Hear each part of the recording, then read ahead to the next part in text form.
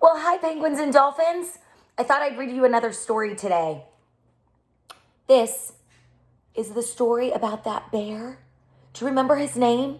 We read this story before, and we even watched it on the Elmo. We had the video of it. Do you remember that little bear who loses his button? His name? Corduroy. Yeah, you remembered. Today I want to read you the story of Corduroy, an old favorite. The author and the illustrator of this story is Don Freeman. What does the author do? The author writes the words. Your turn. What does the illustrator do? The illustrator draws the pictures. Good job. And Don Freeman is the author and the illustrator of this story, Corduroy. He did both jobs. Whoa. Corduroy. When I open the book, the very first page says the title. What's that page in a book called? Title page. You're right.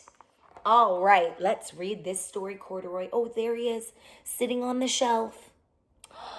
Corduroy is a bear who once lived in a big store. Day after day, he waited with all the other animals and dolls for somebody to come along and take him home. The store was always filled with shoppers, buying all sorts of things, but no one ever seemed to want a small bear in green overalls. But then, one morning, a little girl stopped and looked straight into Corduroy's bright eyes. "Oh, Mommy," she said, "look, there's the very bear I've always wanted." "Not today, dear," her mother sighed.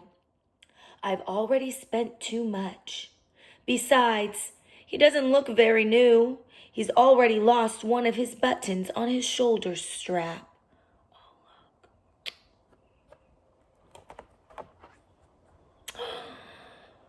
Lisa frowned, and Corduroy watched them sadly as they walked away. Corduroy said to himself, "I didn't know I'd lost a button. Tonight, I'll go see if I can try to find it."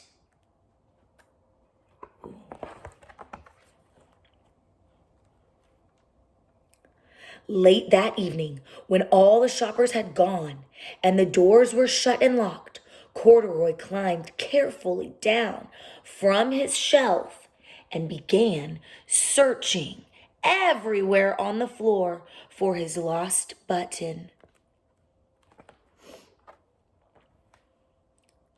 Suddenly, he felt the floor moving under him. By accident, he had stepped onto the escalator, and up, up, up he went. Corduroy asked himself, "Could this be a mountain? I think I've always wanted to climb a mountain."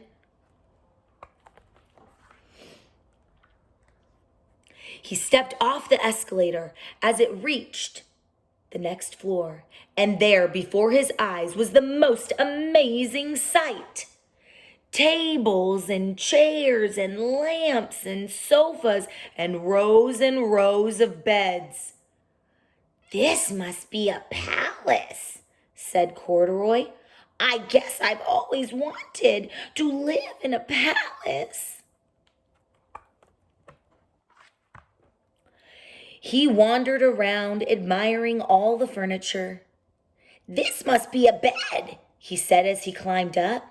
"I've always wanted to sleep in a bed."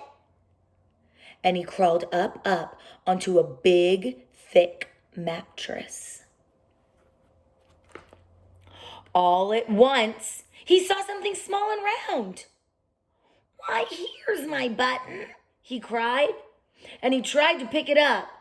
But like all the other buttons on the mattress, it was tied down so tight. He yanked and he pulled with both paws, and he pulled until pop! off came the button. And off the mattress, Corduroy fell, and bang, onto the floor and into a lamp. Over it fell. Crash! Big noise. Oh, there's the night watchman. Corduroy didn't know it, but there was someone else awake in the store. The night watchman was doing his rounds on the floor above. When he heard the big crash, he came dashing down the escalator.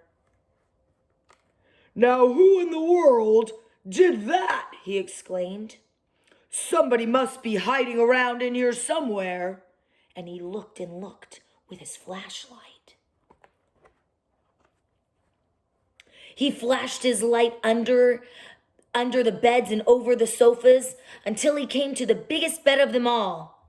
And there he saw 2 fuzzy brown ears sticking up from under the cover. Who do you think that is? You're right, Corduroy. "Hello," he said. "How did you get upstairs?" The watchman picked Corduroy up, tucked him under his arm, and carried him down the escalator.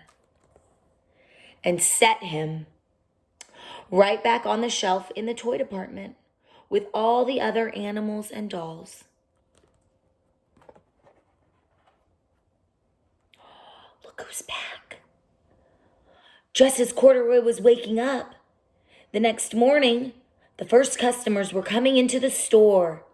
And there, looking right at him with a big, warm smile, was the same girl he had seen just the day before. "I'm Lisa," she said, "and you're going to be my very own bear. Last night I counted what I had saved in my piggy bank, and my mother said I could bring you home."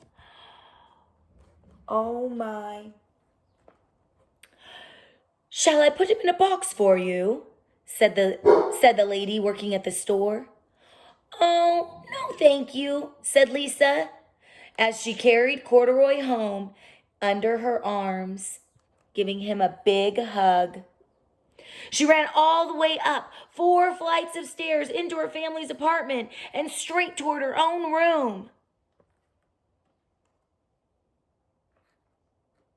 She gave Corduroy a big hug, and just then Corduroy said to himself, "You must be a friend. I've always wanted a friend." "Me too," said Lisa, and gave him a big hug. The end. Oh, look, there's Lisa. And look, she fixed his button just like we saw in the movie. She had her own button at home, and she fixed it because she thought he'd be more comfortable. The story of Corduroy, one of my favorites. Bye, penguins and dolphins.